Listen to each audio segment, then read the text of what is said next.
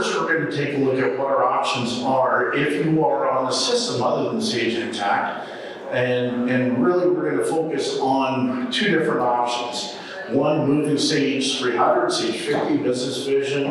And thank you, Dave, for taking everybody through the exercise of identifying their systems that they're on. We want to be able to make sure that you understand what your options are as far as being able to move to the cloud, whether it's staying with the application that you're on right now, or if it's a matter of migrating to a different solution. So I do have Joe and Carmen along with me to be able to answer any questions that you may have with respect to the Sage Intacct application. But we're going to start off with trying to understand where we are with respect to our cloud strategy. And this, guys, was, I finished studying other companies' cloud migration strategies. Close your eyes and hope for the best seems to be the most popular. So our goal today is to have you leave today without that as your strategy. And if we can do that, certainly we've done our job here. So again, Dave's already taken us through. We've got a good idea as to which systems people are on now. And so with the fact that you are using a traditional client-server desktop application like Sage 300, sorry, were there any Business Vision or Sage 50 clients in here? I think it's mostly, it's all 300 and a few Intacct people. So if you're running with Sage 300, you do have the option to be able to migrate to the cloud. And that is using a cloud service provider that basically will provide you with the infrastructure, the servers that you can move your application to. So why would you do that? It may be the fact that you are at end of life with your existing servers that you have on premise.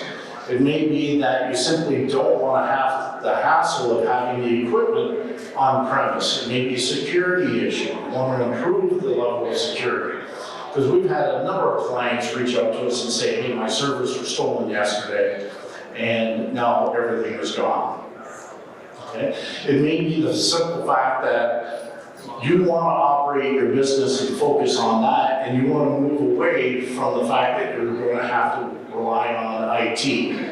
And either internally, with people being either the computer expert, or in a situation you may outsource your IT services to another group, but the equipment's on premise. So moving to an organization like a service provider, they are an infrastructure as a service, so IaaS, and they are able to provide that infrastructure. You can migrate your applications like Sage 300 to their infrastructure, run the application from there using a service called Remote Desktop Services, and no matter where you are, whether you're in the office, if you're working from your home office, or you're abroad, as long as you've got an internet connection and a computer with a web browser, you can connect to that server and then run your application.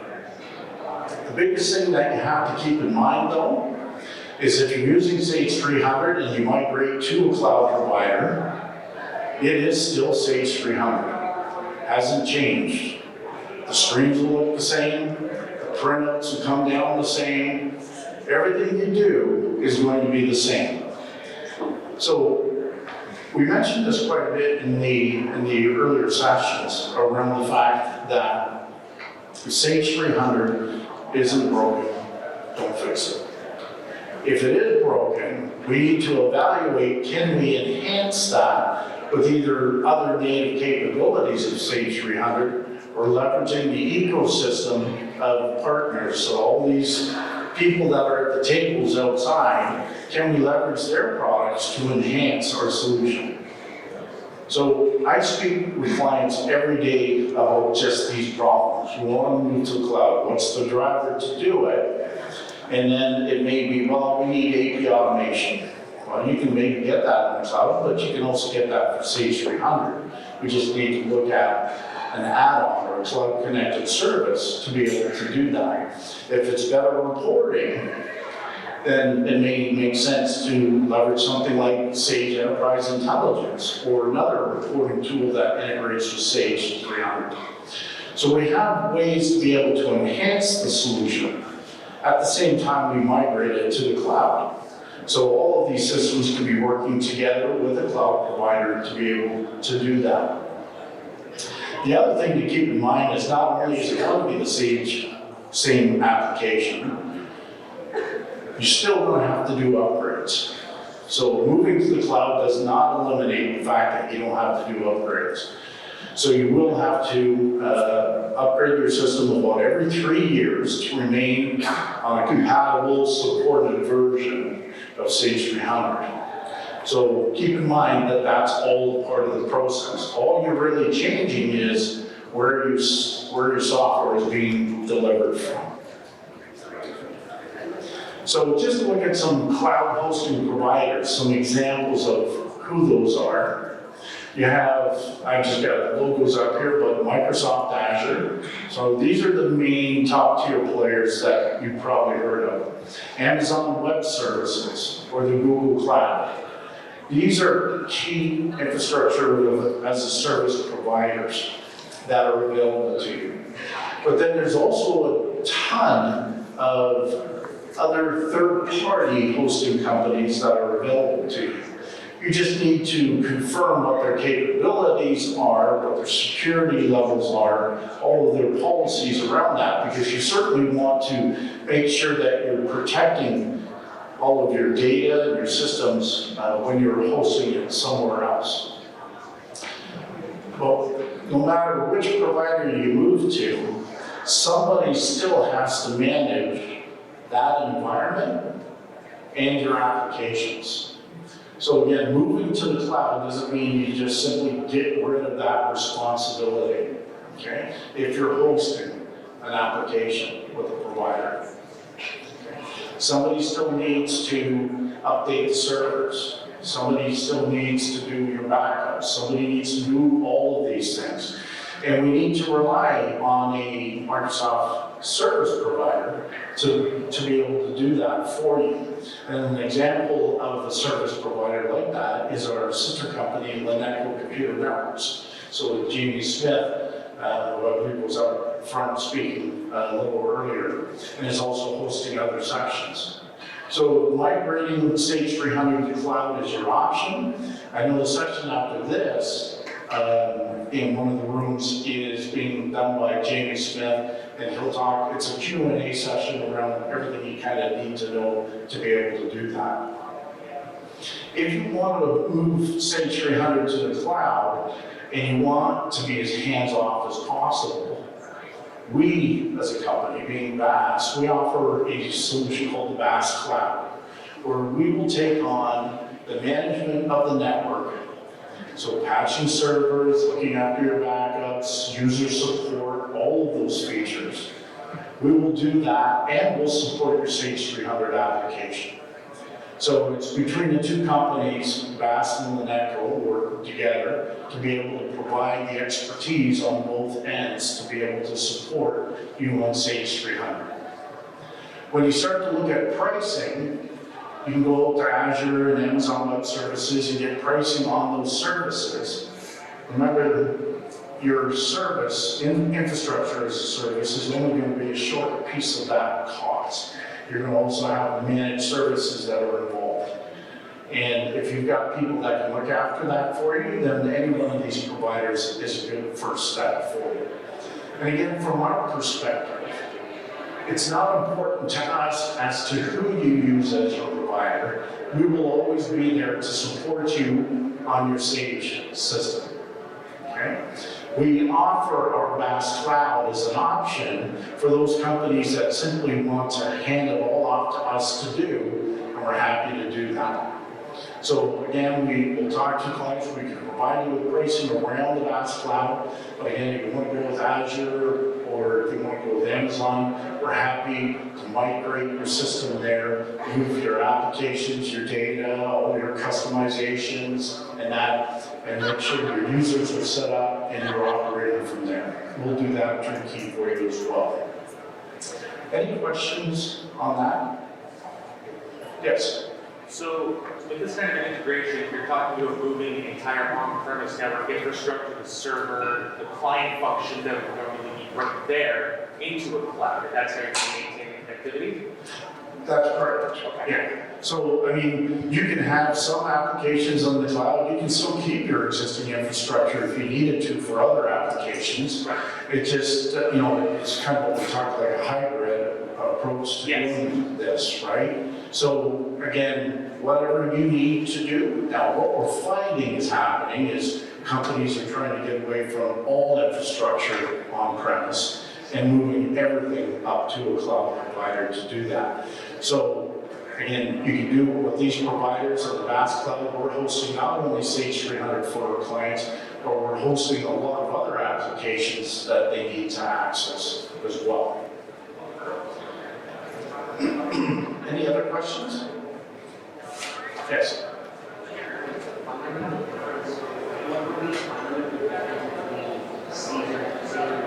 And Sage 300, Sage VAST Manager, hosted cloud. As an accountant, would I get any difference in experience, or would it be the same?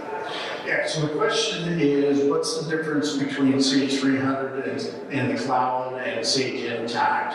As an end user, what is the difference in the experience? So the key thing to remember is Intacct, and I'll go into this in more detail a little bit later on, is not Sage 300 or vice versa. They are two different applications with different histories and came from different origins, and so they are completely separate.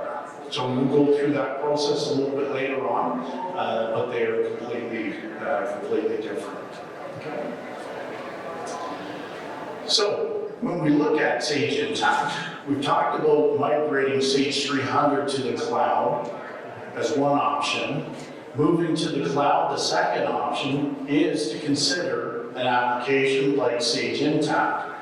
So Sage Intacct is Sage's cloud-native, multi-tenant, modern financial management system. So I threw out a whole lot of words there for you.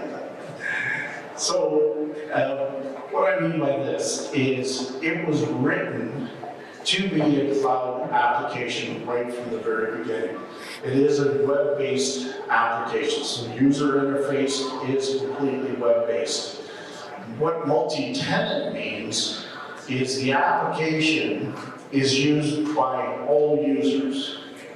So all users of the system are on the same version of the software, no matter what. And it's one database that manages all companies as well. So there are a lot of benefits to that. Because if you go with Sage 300, you've got your own unique system, everything's unique to yourself, and then you have to upgrade that. Because it's a multi-tenant solution, you don't have to do upgrades anymore. That's just something that naturally happens every time. So for anybody in here that's on Sage 300 that, every so often is doing an upgrade, we do an assessment for you, we get the system put together, we know it's a process, 4 or 5 weeks to get done, and it's a costly exercise. With Intacct, you don't have to do that. Similar to Sage Intacct or other applications, if anybody uses Salesforce.com or even Microsoft 365 to do their Word, Excel, etc., the cloud applications, this is the same things. Go to the website, click on it, log in, using two-factor authentication for security purpose, you've got access to that application right away. There is a migration process. So if you want to go from Sage 300 to Sage Intacct, it's not, shut one off one day, turn a switch, and you're up and running the next day on Sage Intacct. That's not the case. And in fact, the next session, sorry, I can't read that, Richard. I'm blind. 10? Is that 10 minutes? Okay. So there is a full process that you have to go through. So if you want to understand what's necessary to move from Sage 300 to Sage Intacct, we'll take you through that process. Unfortunately, there isn't an easy way to do it, but that's because there's so many capabilities in Intacct that you need to take advantage of, and that requires a lot of analysis and design, configuration, and implementation. So that's required. So just in summary for everybody, understand that on the left-hand column, if you're moving to a hosting partner, all you're getting is the infrastructure. You need a service provider, whether it's LynetCo or it's your own service provider you use right now, to provide managed services, support, look after security, backups, disaster recovery, all of those services.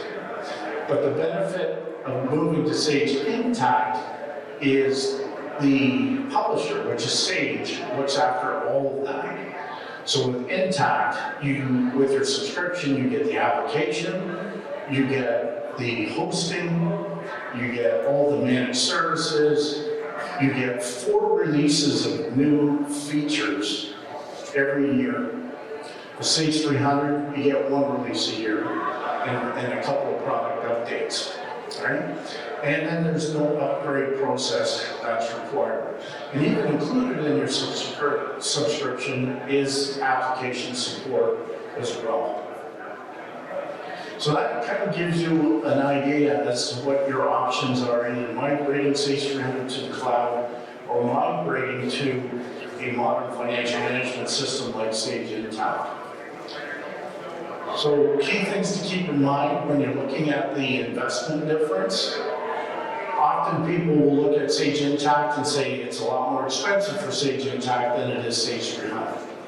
But that's because we're often just comparing the subscription cost for 300, which includes only software, and Intacct includes software, infrastructure, all new features, upgrades, support. It includes it all. It's turnkey. You literally can wipe your hands and stop worrying about your financial system because it's there and all looked after by Sage. There's an exercise we can go through with you just to figure out what your total cost of ownership is for your Sage 300 system. You know, if you take a look at all of these costs and you add on AP automation, you add on reporting or some of those features, very quickly you're over the cost of Sage Intacct. So that's how many people can easily put together a business case to support the migration. So just to take a few minutes, and Richard, what are we looking at, about 7? Yeah, you're 7. 7 minutes? Okay, a few minutes to look at some of the highlights around Sage Intacct, just so you know, hey, is this an application that may be right for me? And again, we did share some of this in the big hall, but there are specific industries that Sage Intacct fits better than others. Okay? So for the most part, I always say if you're a service-based organization, in other words, you're not buying and selling products, you're not manufacturing products, you're providing a service in some fashion. If you're nonprofits, you're community-based organizations, social services, healthcare, those types of organizations, Intacct is a great fit for you. Financial services, again, asset management, family offices, we do a lot of work with organizations like this. First Nations, again, another group that's a tremendous fit. So those are what I would call more general business, specific to organizations requiring a best-in-class financial management system. But Intacct also has, where'd it go? Sage Intacct also has some very specific industry capabilities, vertical solutions to be able to meet the needs of construction and real estate, professional service organizations, and a few others that we've talked about here. So again, you just need to look at it from an industry perspective.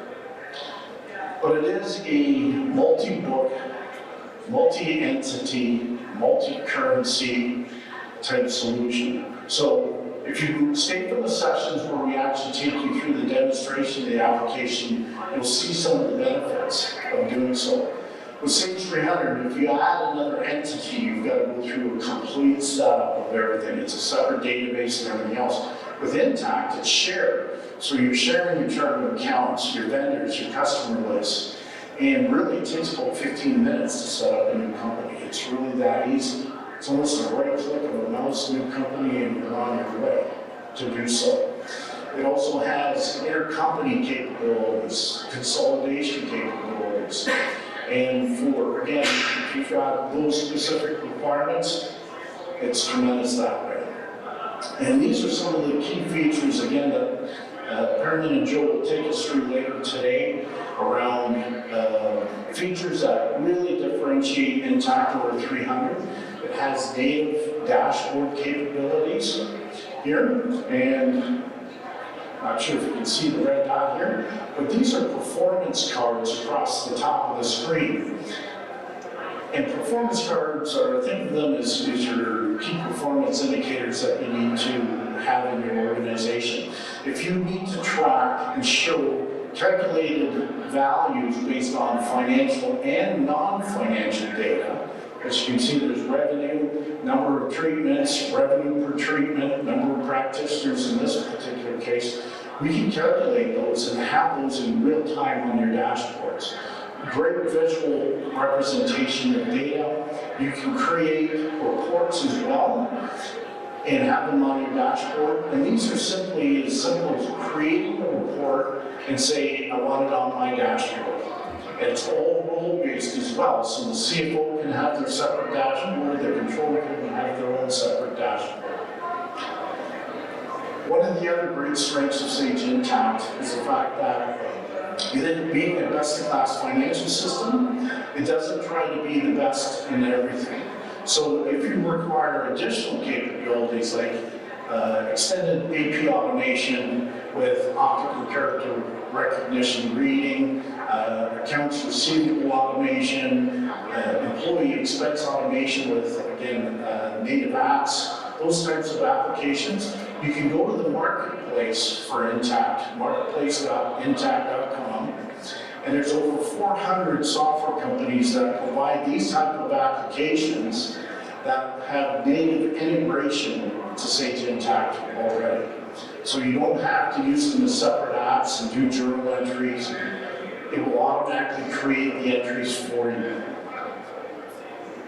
As I mentioned before, the infrastructure, Sage offers their Bag of Confidence guarantee, which basically said, we will promise to keep the system up and running for you 99.8% of the time as well. So again, this is where we can wash our hands of having to worry about it.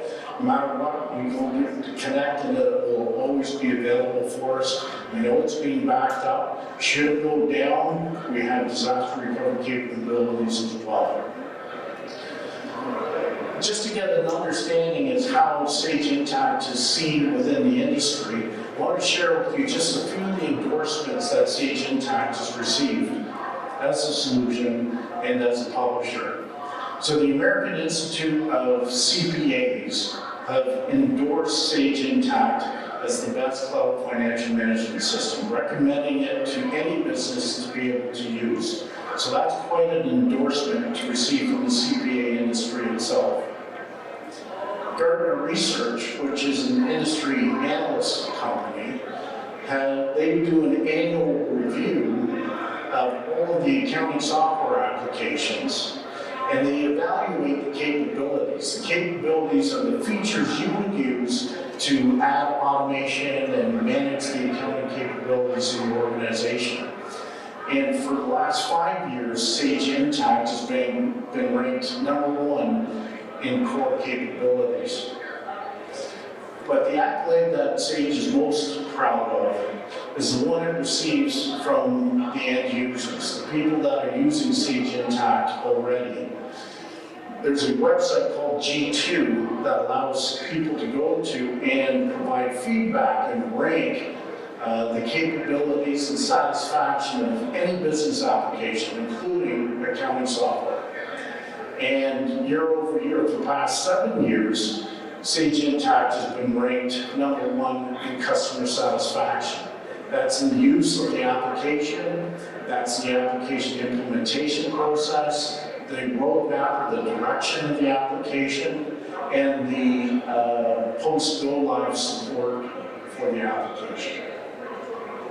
So just to wrap up, We've got a number of sections. You see them in your agenda for today. We will be taking a look at the process for migrating the Sage Intacct next. And then we'll be getting into additional demonstrations and have a customer panel later on this afternoon, talking to a couple of companies that have actually gone through the recent implementation. Anyways, thank you very much for joining us for this session. Hope to see you here for more. Thank you.